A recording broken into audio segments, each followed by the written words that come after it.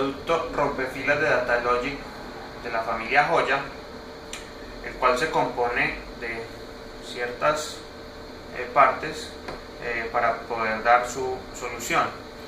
En primera instancia tenemos un equipo que hace las veces de servidor con un aplicativo, el cual nos permite sincronizar todos los dispositivos que tengamos en nuestra tienda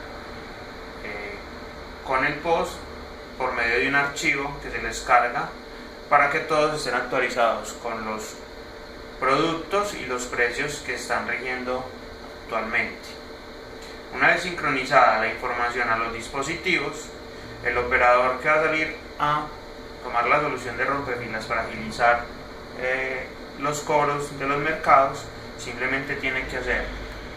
paridad con su impresora móvil, la cual por medio de un código de barras que va a leer en el dispositivo va a sincronizar,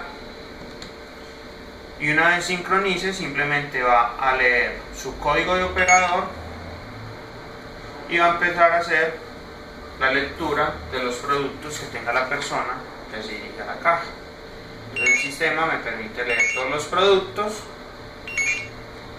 me va a tener la descripción del producto que tengo cargado con su precio, y aparte de eso me permite la solución poner la cantidad de productos para no tener que leerlo una y otra vez. Si la persona lleva 5 productos de los mismos, simplemente va a poner la cantidad y ese producto ya va a quedar cargado por esa cantidad. En caso tal de que el producto no esté cargado aún desde el POS, igual lo va a leer, va a sacar una alerta simplemente de que el producto aún no está, pero no lo va a dejar registrado para que la persona igual tenga esa facilidad de ir con su producto hacia la caja ya leído. También le va a permitir al usuario borrar productos que de pronto ya no va a incluir en su mercado,